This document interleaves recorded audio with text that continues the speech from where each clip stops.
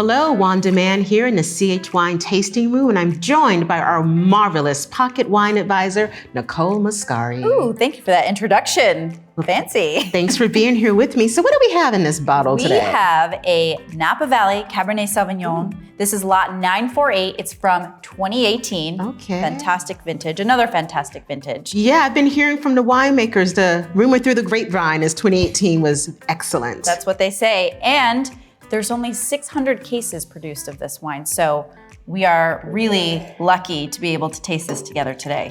Absolutely, and I think that's one of the things that CH Wine does so well. Special wines, quality wines, limited production. So you're not going to see these wines everywhere. So definitely if you're trying to impress with the upcoming holiday season, this is something I think that will really dazzle your guest. Absolutely. 2018, 5 years already of aging on this wine. So I'm really excited to kind of look at the color and see if we could pick up a little bit of that aging.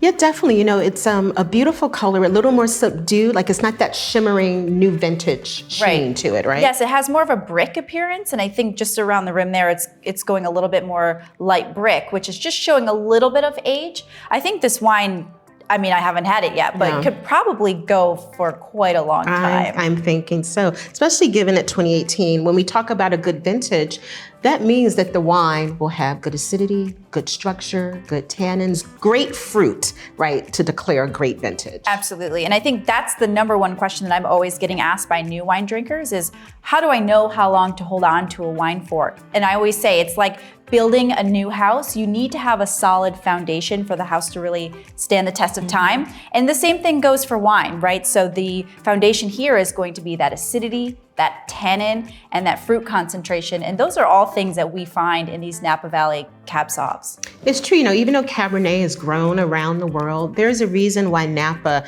has become the standout, the benchmark for quality for Cabernet Sauvignon, because there isn't a monolith, right? There's quality, but different vintages, different ways of expressing the essence of the grapes. I'm really excited to get into this 2018. Yes, absolutely. I mean, every vintage tells its own story. And I think that's also really fun when you have a couple of these bottles and you visit them at a later date. You're kind of drinking the story of that year. Also the story of that place and the person who made it, which is also something I just love about wine. Exactly. I'm so glad that you reinforced that, you know, that the year isn't just about the year that the grape was harvested. It is that snapshot of the season, and how many things in life can we experience something in that way where you can taste the season. Yeah, absolutely. And every time I look at a vintage, oh, 2018, what was I doing in 2018? That's true. That's true. That's when these grapes were on the vine. It's pretty cool to think Should we give it a smell? Oh, we should. I can smell it from here, by I know, the way. it's very aromatic. Ooh, those are some concentrated deep berries, forest berries, black plum, blackberry.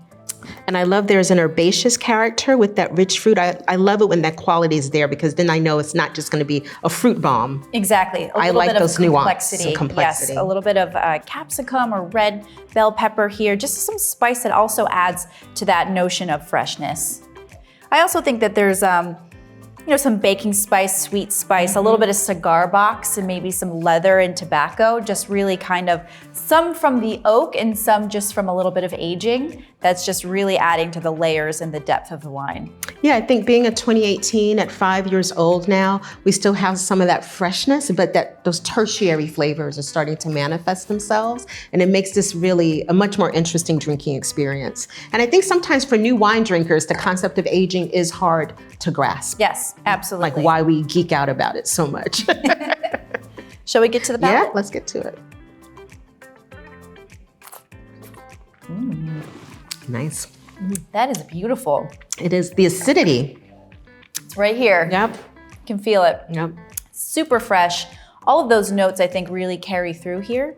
I am picking up on a really beautiful bright purple flower as well. But I think that this is just fantastic because you have that concentration, the depth. The tannins are quite silky and fine-grained, but they're still present, which means this is definitely still going to age. So true, and even if we take this 30 minutes from now, the evolution in the glass as well, because with the wine like this, you know, it's been bottled for 5 years. It needs to stretch, you know, come alive a bit. But this is going very much in the right direction. I am being thrown into either the winter holidays here, which I think would be perfect for, but also tastes like football season to me. Okay. So for me in my house, it's a big deal on Sundays. We get the crock pot going, a nice beef stew or a beef bourguignon or just something with some hearty root vegetables that just sits out on the counter all day long. Pour myself a nice cheeky splash while it's cooking and then finish it off with a meal. No, I agree. I love a wine like this because you can really integrate it into what you're doing at home. You don't have to wait for special occasion. So that hearty crock pot meal, you're home in comfortable clothes, have that beautiful wine. Yes. It's still a special moment and experience. Right. I decided a few years ago to stop waiting for a special moment to treat myself, and my life has drastically gotten better. I agree. I mean, this is delicious. How many cases are you gonna go home with? Ooh, well, you know, my tiny Manhattan apartment, I can squeeze in a case. Well, there's only 600, so I don't know how lucky we're going to be, but you know, I would recommend this, a case or two, open some now for the holidays, and then watch this evolve over the next 10 years. Yeah, it's a great way to learn about wine. Take a wine that you love and watch it evolve. And, you know, your palate starts to understand it better, but you just enjoy drinking it as well, right? Yeah, It like doesn't have to be complicated. I mean, I'm enjoying drinking this right now, so from my glass to yours. Absolutely. Cheers. Cheers.